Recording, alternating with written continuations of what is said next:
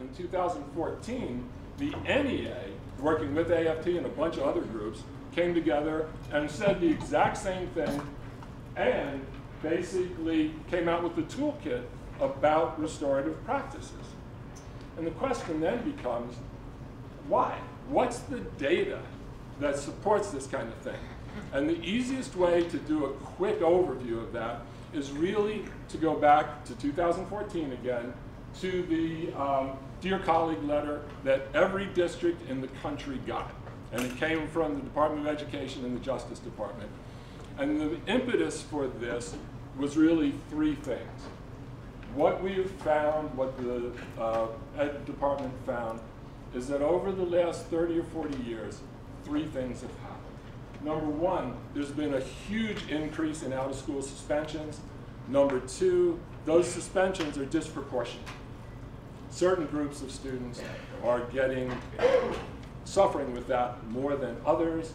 And third, out-of-school suspensions have been shown definitively now, out-of-school suspensions, to have really negative both academic and long-term consequences.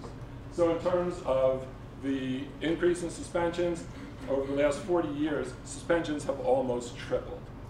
And they're disproportionate. And I'm going to just blow through this because we don't have a lot of time. Stop me if there's any questions or if anything doesn't sound right or you need clarification, we can talk about it. But as you can see, now this is national data, so this is on average across the country, but it is also disproportionate. And on average across the country, our black kids are getting suspended at about 3 times the rate of their white peers. And there's huge long-term and immediate kinds of consequences for this.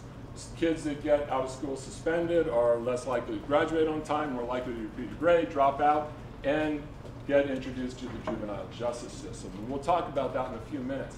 And academically, also they've shown that when they control for all kinds of stuff, on average, schools that have higher out-of-school suspensions have lower academic achievement. Schools that have lower suspensions have higher academic achievement. Now, when we start, and I want to take just a couple minutes with this too, because when we start talking about changing discipline policies, as I said earlier, people get nervous, and I get it. I got nervous. It happens because it's what we know and it's what we're used to, and we don't want chaos. We want it to stop, you know? And so when you hear that, and when you start talking about the data I just showed you, there's generally 3 different kinds of responses we get. And they seem like kind of common sense responses. People will say either, well, yeah, kids of color get suspended more because they're misbehaving more. And or, we need to suspend those dangerous kids so that the other kids in our school are safe. And or, we need to get the bad kids out of there so that the good kids who want to learn can.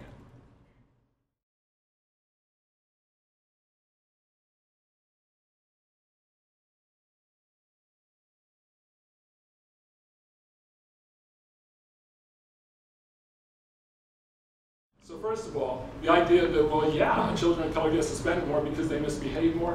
When you look at the evidence and peel it back, you find actually that that's not the case. There's no evidence that really supports that. But what the evidence does show is that in many cases, our children of color are getting suspended, or they're more likely to be suspended for the same behavior that other children are not. So we have to think about that. Why is that happening? As far as suspending the dangerous kids to keep the other students safe, And we'll talk about how we got into this situation. But what has happened, particularly since the 90s, is zero-tolerance suspension policies, no discretion kind of stuff, really came into our schools in the late 80s and 90s. And it was really about guns and drugs, period, boom. But over the last, particularly during the 90s and over the last 20 years, that's expanded. And so now the vast majority of suspensions are for stuff like disrespect, defiance, violation of other school rules, fighting, things like that. And what you find, on average across the country, is only 5% of out-of-school suspensions are really for really dangerous stuff. And then the other thing to keep in mind when we're talking about that is it's not all a function of children's behavior. It's also a function of the adults in the room. And so you can look at two schools that are similarly situated, right? The schools are the same kinds of kids and the same kinds of neighborhoods. And one school will have really high suspensions, the other will have really low suspensions. And that is a function of either what the principal thinks about suspensions or what the district thinks about it. And it's working with those kinds of policies and figuring out. Now, the other thing I wanted to just point out, just because I think it's topical, and lots of you are KAs, and so you're working with middle school kids. So two things I wanted to point out about that. So first of all, out-of-school suspensions for middle school kids, and this is all kids regardless of race, ethnicity, out-of-school suspensions for all middle school kids doubled, almost doubled, between 2007 and 2010. And then just last December, driving home listening to NPR, and there was a report from the CDC, Centers for Disease Control, that showed suicides for middle school kids between 2007 and 2014 have doubled. Now, there's still not a huge amount, but more kids, more middle school kids now die from suicide than from car accidents. So what's going on with our middle school kids? And I think it's really important. This is kind of peripheral to what we're talking about today, but it relates. We really need to keep an eye on that as well. And now, the last thing, we need to get the bad kids out so the good kids can learn. And as I intimated before, frequent use of suspension doesn't do that. It doesn't do it. After controlling for race and poverty and all of that kind of stuff, higher out-of-school suspension means lower achievement, lower out-of-school suspension means higher achievement. And this is just interesting, I thought it was.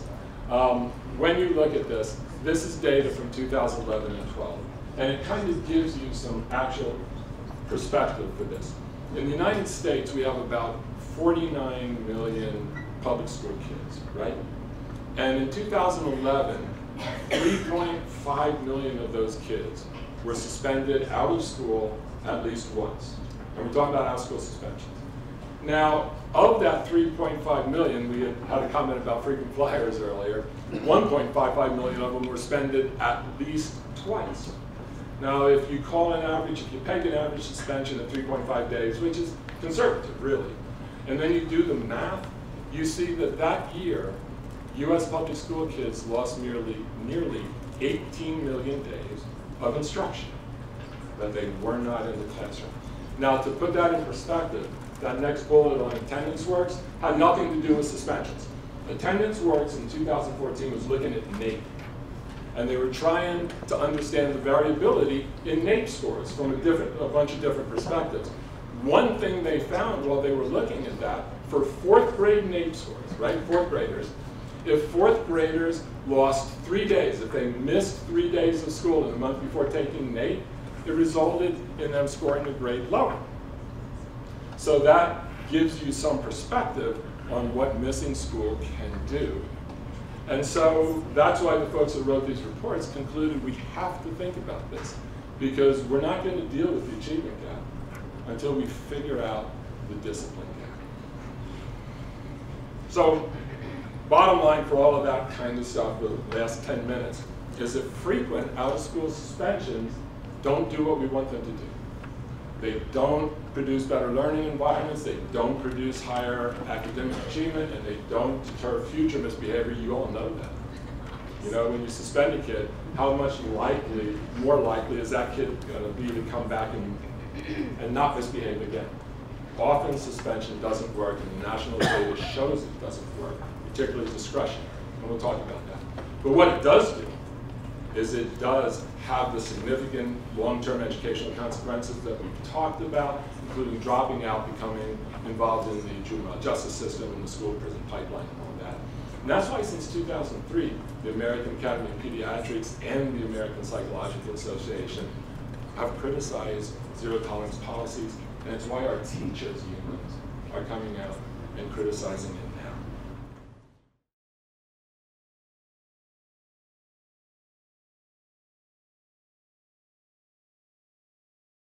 So in terms of how did we get here, and this is largely in the news. It's all about, across the country, really, it's behind the consent decree and a lot of other things. When you think about how we got here, when you think about the huge increase in suspensions and all that kind of stuff, often we get back to talking about, and you'll hear about, the school to prison pipeline. And so we know that it's really a metaphor for explaining how certain groups of kids basically get pushed out of schools. And we also know that for many of our children, our schools are basically the kinds of places that really do provide a pipeline opportunity for those children. But we also know that for other of our children, it really can be a pathway to incarceration. And so the question becomes, how did we get there? And this is useful, I think, to know, regardless of the extent to which it plays out at your school.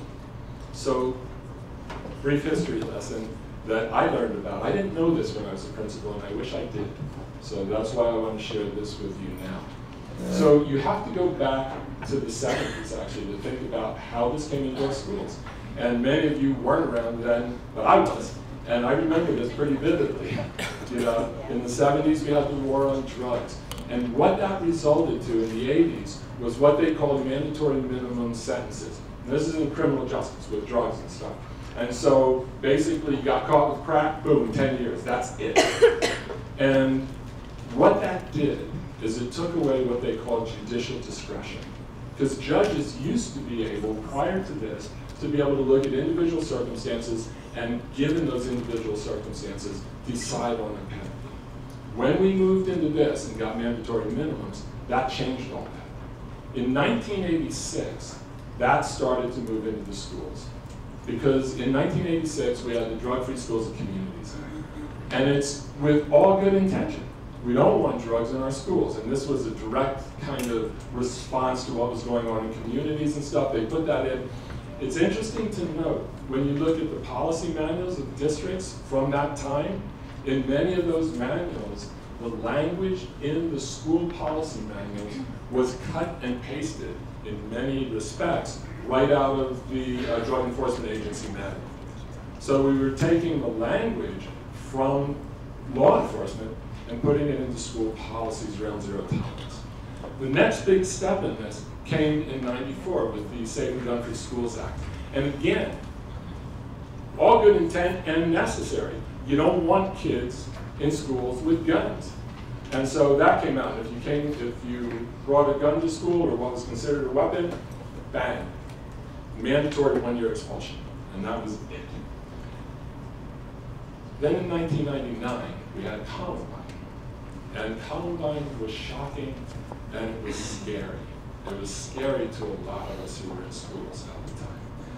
And when that happened, because people got scared, because it felt unsafe. And look, perception is reality. And what you perceive is what it is. And people felt scared, and so we had what happened, the next step in that in terms of schools was the Cops in Schools program, which was a program that basically funded the expansion of having SROs in our schools. And so we had a huge increase of SROs that came in at that same time. Now, in terms of perception and reality and stuff, it's just interesting to note that it was scary and it felt scary. But the facts of that was that since '93, as it says at the bottom of the slide, since '93, overall on average, incidents of school violence had been steadily dropping over the last decade. So how do we think about that? But as I said, how we feel in schools is what counted. But what happened then? And this is salient. This quote is from Michelle Alexander. Michelle Alexander doesn't write about schools necessarily. She does her research and works with incarceration generally across the United States. But in one of her articles, she did write about schools in terms of the effect of it. And I think this is huge. I'm just going to take a sec to read it to you. It says, the wave of punitiveness that washed over the United States with the rise of the drug war and the Get Tough movement really flooded our schools. Schools, caught up in this maelstrom of fear, zero-tolerance policies, and increased police presence in school, began in certain ways viewing children as criminals or suspects, rather than as young people with an enormous amount of potential, struggling in their own ways and in their own difficult contexts to make it hopefully thrive. We began viewing the youth in our schools as potential violators, rather than as children needing our guidance. And you see this even in the language. When I was a kid in high school, if we got into a fight, if I punched a kid in the face and gave him a bloody nose, we got thrown down to the principal's office, it was a fight. Today, it's an assault. I'm the perpetrator, the kid I hit is the victim, and we've kind of brought that language into our schools, and the tension you guys are facing now when we talk about this stuff with the mandatory minimums and stuff is real. And so that becomes a real question. And Dr. Murado and I were talking about that. How do we negotiate that? How do we think about that? But one way or the other, this is what happens. It's reality I recognize both as a school leader and a district leader, and I'm guessing you recognize some of this, at least in your own context. Now, the result of this is salient. So, zero tolerance, like I said, came in with the Drug-Free Act and the Gun-Free Act. Definitely necessary and useful. But the zero tolerance around that, basically, particularly during the 90s, really began to expand. And so you got all these other behaviors that are also getting out-of-school suspensions now. And so we suspend kids in some districts for disrespect, for defiance, for aggression, for other violation of school policies. A couple of those you see in your data. And because of that, that data I showed you about how the suspensions have tripled, that's essentially why. They've been going up since the 70s, and they really escalated in the 90s when we had the zero tolerance policies that became widely adopted and started changing. Here's the bottom line for all of that. And this is useful to think of for ourselves as school leaders, and it's useful to help your teachers think about this too. Because often, when we talk about moving into more supportive school discipline policies, like I said earlier, people get scared. And what you often hear, I just heard this in 2 different districts up in Phoenix, where I was working with staffs about it. When you start talking about this stuff, teachers will say, I want consequences. That kid flipped me off, I want a consequence, right? But the question becomes, what do we mean by consequences? What do we really want? What do we want for that child? And does what we're asking for really align with our own beliefs and values? Does it align with why we got into this business? Why we're teachers? Why we get up every day and be in schools? Because here's what you say you want consequences, but when we're talking about suspensions, here's the consequences. Now this is on average data across the country, but it's on average data. So basically, a kid is suspended or expelled for a discretionary violation. Now, I highlighted discretionary, and that's important, because if a kid brings a gun to school and he gets suspended or she gets suspended, it's pretty clear what happens already, right?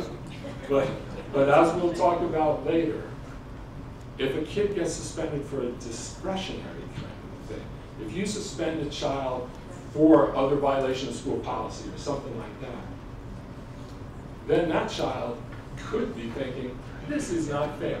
Or it could really tear at the fabric of relationship in your school. And so when that happens, and you suspend a kid for discretionary violation, that child is nearly 3 times as likely to be in contact with juvenile justice. And I think you know this anecdotally. Kick a kid out, they're much more likely to get involved with juvenile justice. Now, once a kid enters the juvenile justice system, then that spiral begins. because they're out of school, and I know you all do things to try to reintegrate kids back in and stuff, but when a kid's out for a while, they're probably not learning what we want them to learn when they're out of school, but they sure are getting far behind with what we do want them to learn. So when they come back, they're further behind, they're more distrustful, and you know how that works. And then they're more likely to get in trouble again, they're more likely to get kicked out again, and then they're more likely to get back into the juvenile justice system. And here's the one that shocked me that I wish I did know when I was in school. Once a kid does set foot in the juvenile justice system, once kids introduced to juvenile justice, then their chance of becoming an adult offender goes up 50%. So they're 50% more likely to become an adult offender than if they had never gotten into juvenile justice to begin with. So those are the consequences. And how do we think about that in terms of out-of-school suspension, specifically discretionary out-of-school suspension? And that's why teachers and the unions and lots of folks are trying to think about, how do we change this? How do we move away from like zero-tolerance stuff to more supportive school policies, and what can we do? Oh, and final bullet on that. And it's disproportionate again. On average across the country, over 70% of the kids that get into school-related referrals to law enforcement are African American or Latino. So why is this happening? Why do we see this happening at all these different levels and stuff? And research really points to two different things. And this is also all over the news lately. Implicit bias and lack of authentic relationship. So I want to walk you through some implicit bias stuff, because this also goes to the comments that we talked about in terms of gender as well. So implicit bias, the Kerman Institute at Ohio State does a lot of this research, but it originally came out of law enforcement. And so when you look for a definition of implicit bias, this is from the National Center for State Courts. And the basic definition for it, it's a bias in judgment.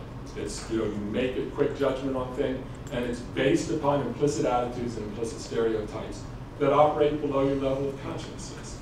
Implicit biases are, you cannot grow up in a society without developing implicit biases. We all have them, because we're socialized into them. It has to do with how we grew up with our parents. It has to do with what we see on the media. It has to do with different experiences. And through all of that in the aggregate, we come to these sort of shortcuts. And we'll see somebody, and we make a bias on it, or we make a judgment on it. But the question becomes, is that judgment really rooted in fact? Is that quick judgment we've made, basically, does it have to do really with that? And there's a lot of research about that. This comes out of Harvard Law School, and they talk about debiasing strategies. And they're based on some literature from Patricia Devine in Wisconsin. But when you look at this stuff, and there's like 5 things about debiasing, and we won't take a lot of time to talk about it now, but when you look at all of them, stereotype replacement, counter-stereotypic image, individuating, getting to know an individual person, perspective taking, empathy, putting yourself in another person's shoes, or increased opportunity for positive contact, actually getting to know somebody. Underlying all of those things really is just that, getting to know somebody and authentic relationship. Relationship underlies all of this kind of stuff. Do you really know the person that you're making that assumption about? When the kid comes into my class with a hoodie and sun's down in the seat, and I go, oh man, here comes trouble. Why? Why am I thinking about that? Why am I thinking about that? Do I really know that kid? Do I really know what's going on in that kid, with that kid? So it all is about relationship. And that basically is the other thing that the research points out about this, and about one of the issues that we have in schools around discipline. Because we are all so busy under such stress, with such pressure. And particularly, hopefully it's going to ease off now a little bit with the new authorization, but under NCLB, it was all about test scores. And so you'll often hear from teachers, when we have time to get to know kids and stuff. But if we don't, and particularly now focusing in on discipline, if our interactions with kids are based all around policies, and all around like zero tolerance policies more specifically, then basically what the research shows, but I think what all of you know from your own personal experience as teachers and as principals and school leaders now, is that when your relationship with a kid is based on that, then you're really forfeiting the authority, forfeiting the ability to have and develop close relationships. Because when you have zero tolerance policies that are imposed on young kids, as in no judicial discretion, same deal here, when there's no discretion, you just have to do it, that erodes kids' belief in the fairness of the system and in the vital connection that we really need to make our schools the way we want them to be. So then that brings us to the last part. What can we do about it? And we've been sitting here for about an hour, so before we get into that, let's take a break in just a minute. But before we do it, because we're going to go into restorative justice. But before we do that, thinking about implicit bias and all the stuff we just talked about bias, and how we all have it. You can't grow up in a society, as I said, without it. So thinking about that, taking just a second to think about yourself. Are there some ways, and what are some ways, that you yourself, in your everyday interactions with your children, with your staffs in schools, what are some ways that you've identified? Have you identified? Have you wrestled with this in any way? Or have you addressed implicit bias in yourself and or in others? And what are some of the ways that you build or facilitated authentic relationships? To what extent do authentic relationships and that idea play out in your schools? To what extent is it subsumed and kind of squashed by the kind of regimens and policies we have? But restorative justice, essentially, the basic overview of it is that it's about relationships. And it's about building authentic relationships and a sense of community to address and prevent conflict in one. And that is the deal. That's like the main overarching thing. Because when kids are fighting, when kids hit each other and stuff like that, what do you do about that? You have to do something. Because if you don't, as I was just having a conversation with one of your colleagues, if you don't, then kids all think they can all hit everybody, But the question is, why are they hitting each other? Why are they flipping at the teacher? What's going on? And do we have a community at our school? Because with restorative practices, restorative justice, it's always about having a sense of community, repairing harm, as it says there, accepting responsibility and repairing harm, creating and maintaining trust through making and following through agreements, and then reconciliation back into the community through care and reintegration. But you can't reintegrate to a community if you don't have it. And so the question is, to what extent do we have the kind of community in our classrooms and in our schools that can help to mediate the kind of behaviors that go on? So that's the main kind of like overview of RJ. Then, more specifically, it focuses on righting the wrong and repairing the harm. And that can happen across different things. If two kids get at it, it's understanding that. If it's between a teacher and a kid, it's understanding that. And, by the way, when it goes throughout the entire culture of the school, it also affects relationships among colleagues and helps with that as well. So basically, it's understanding what happened, understanding what the wrong is and repairing that harm. And to do that, it focuses on dialogue between the harmed and the harmed doer. Now, that's clunky language, harmed and harmed doer, but we use that on purpose. Because what we don't want to say is the victim and the perpetrator, or the assaulter, or whatever. And because it really is about that. It's about harm. Who was harmed? Who did the harm? How do you share how that happened? Come to an understanding about it, and then accept the responsibility to be able to work back and resolve that. And that focuses on, again, relationship.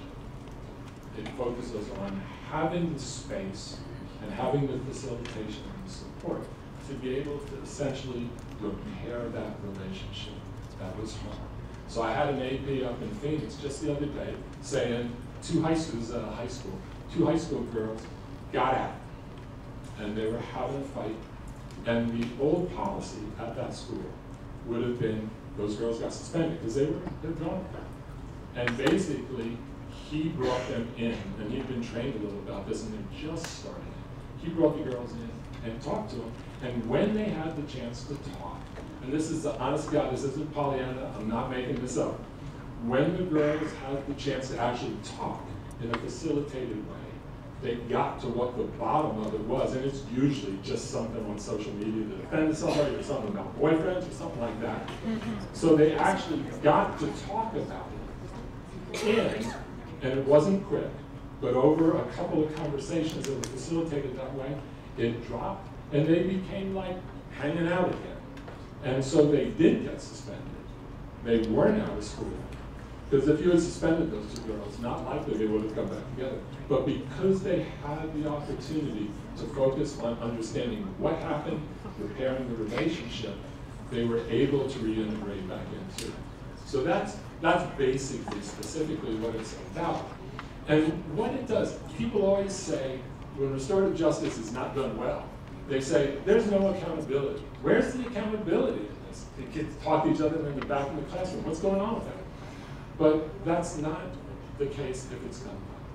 Because if it's done well, then you're basically holding the harm doer accountable, but not by asking them, as we say up there, not by asking them to take the punishment, but to make sure that they take responsibility in a real way to make amends to the victim, the person that they hurt, and then basically, and or the community that was harmed. Because if they disrupt your whole classroom, it's not just the kid, it's also that whole classroom community. So how do you do that? And the big thing that we see play out, and think about if this makes sense to you from what you know about kids.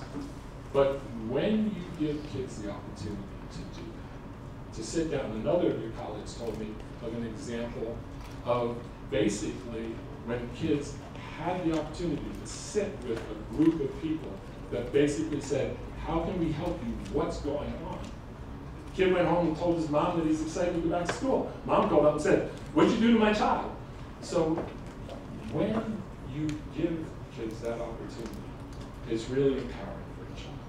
Because it empowers that kid to be responsible for his or her own actions, to make commitments around that, to understand what's going on, to know that someone knows them and cares about them. And then it offers them a way, rather than kicking them out of school, it offers them a means to rebuild their dignity through a mature reparation of the harm. The kid did something that allows them to basically work through that and work it out.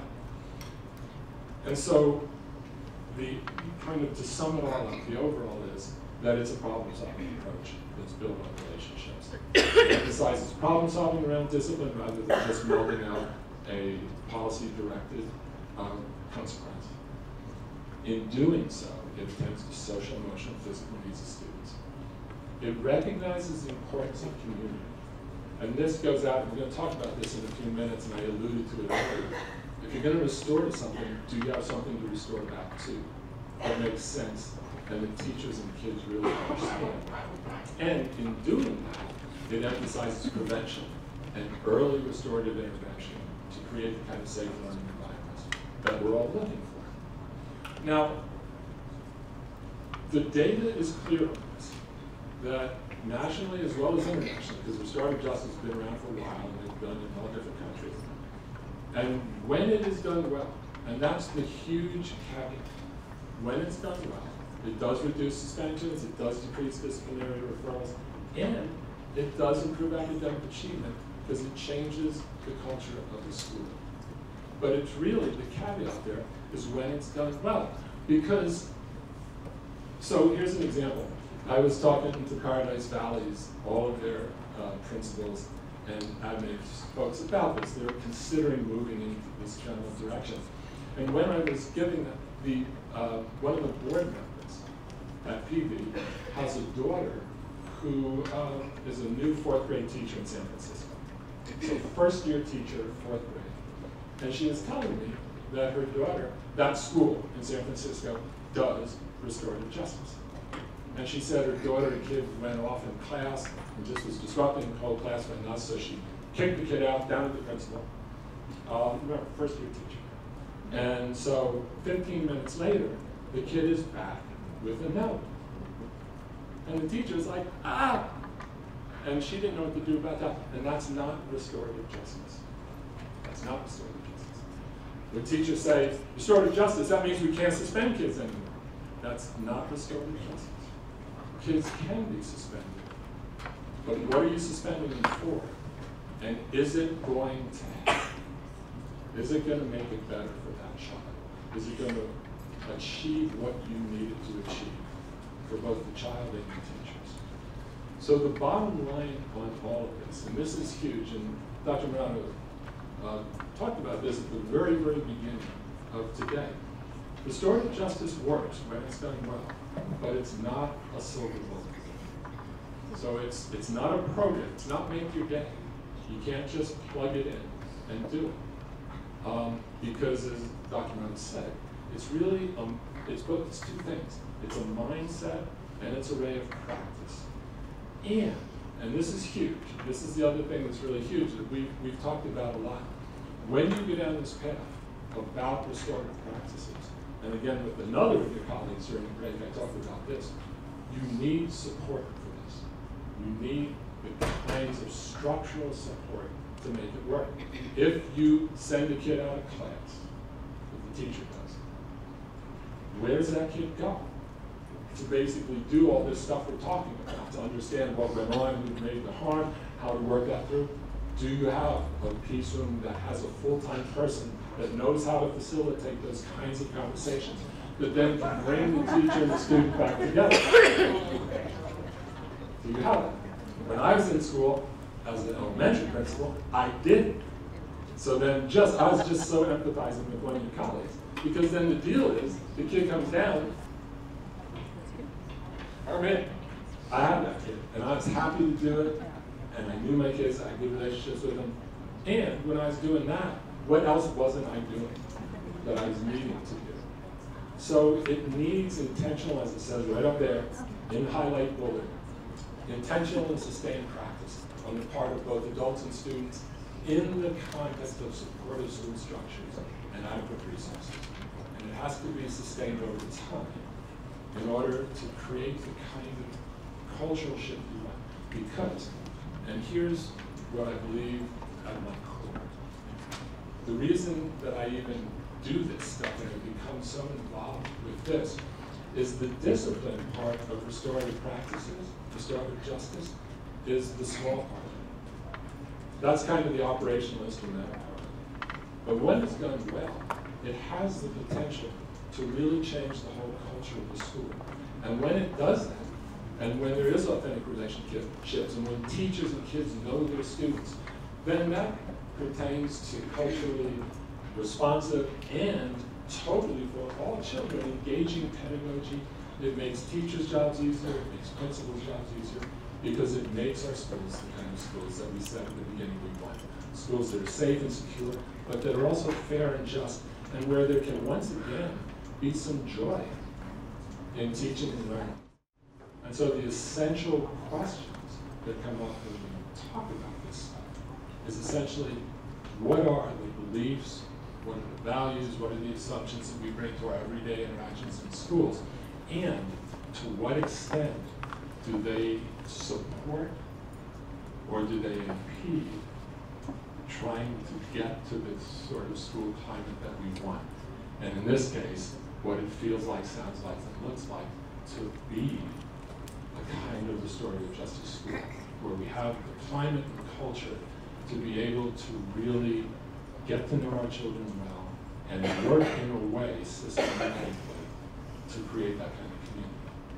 So that's essentially how that looks, and that's the hard work of it. Because the hard work, there's different learning theories we're playing around with right now in terms of how do you do this? How do we do this? Like I said earlier, like when the kid comes in with the hoodie and slumps down in the chair, and I go, man, here comes trouble. Why am I thinking? But if we're a leadership team in my school, do we have, as the adults in the room, do we have the kind of culture, trust, belief, and understanding that we can sit down, and if I say, here comes trouble, that you can say to me, well, Carl, why do you think that? Do you know that kid? And then I can start to actually talk about, well, yeah, I think that because he flipped me. I think it was trouble last week. And then you can basically also engage in that conversation. And we can have a conversation, and then I can say, well, yeah, but that's my experience. Why? What do you think? And we can start to find a way to systematically engage in that. And maybe help me to understand, well, that's true, I don't really know that kid at all. And just because it had an implicit bias of mine, he came in with a certain attitude, I assumed a whole lot about that kid that I didn't know. It's awful hard for me to do that by myself, right? I go home and perseverate about it, and I go, God dang, why did I do that? But really, what makes a difference is if with colleagues, if I can sit down with my colleagues, and we have a way to engage in conversation about that and help each other understand that, then that is what gets us toward moving towards a more equitable and supportive school kind of climate. That's good, as I said, for teachers and students. And it's the hardest work. I'll tell you one more anecdote about that before we go into this next part, which is when I sat down with another district, we talked about this. We had already gone through all this stuff. And we talked more about that learning theory. I just talked a little bit about. And basically, it's this learning theory by a guy named Jack Measro. And there's 3 pillars to it. There's the centrality of experience. And that goes to biases and mental frameworks. It's our experiences shape who we are. And so we have to understand that and accept that we all have those kind of biases, and our experiences lead to that. Just like with our kids, the same deal. So that's the centrality of experience. The second thing he calls critical self-reflection and assumptions. So how do we have the thing that we just talked about? How do we both critically assess our own assumptions, critical self-reflection and assumptions, and how do we create the conditions in our schools that we as the adults can sit down and have those kind of conversations and really supportively ask each other, why do you feel that way? When you come into me and say, I want consequences for that kid, what do you mean by that? What do you really want for that child? And then by having that conversation, come to some consensus about what it is, what do we really want? And is what you initially said by consequence, is that really going to get the kid where we want that kid to go? And is it going to conform with our own beliefs and values? So that's the whole thing about that. And the third part of it is what they call rational discourse. And that's having us to be able to sit down and talk about it. And since we have 2 more minutes, I'll give you the 4th pillar of that. The 4th pillar just came out with some research from Princeton. Princeton has this Center for Cultural Cognition.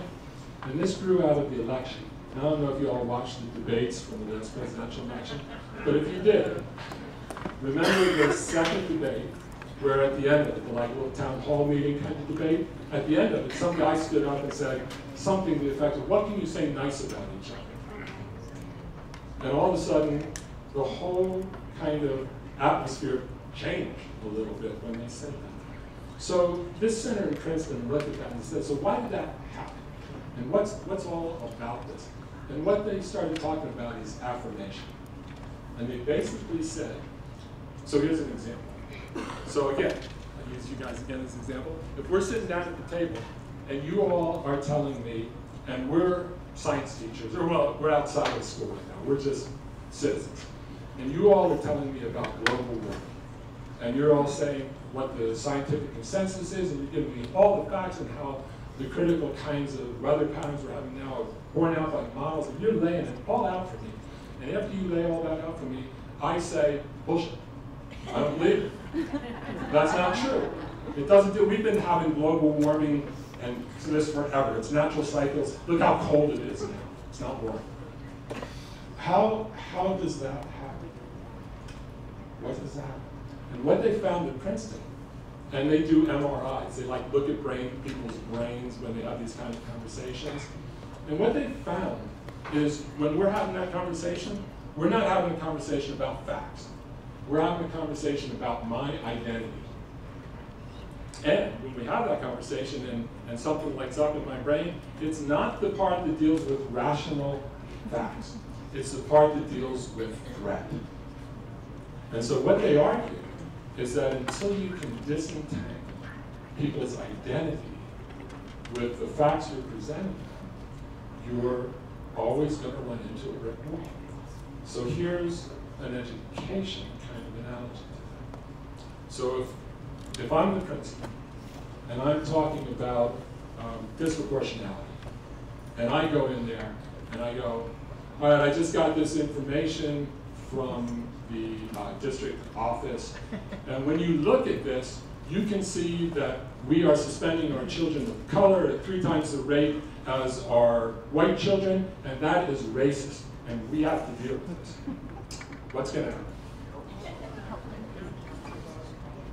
All my teachers are going to go, excuse me, you know, and they're going to sit back and they're going to say, I am not a racist, because that cuts at why we get into education. And so, right off the bat, you're fighting an uphill battle.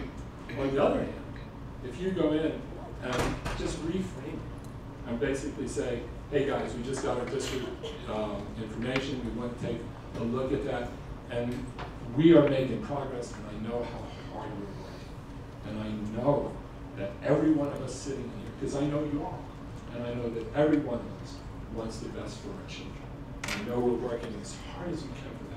But I gotta tell you, let's look at our data and think about this together. Because when you look at this, you see our children of color are being disproportionately suspended. Why is that happening?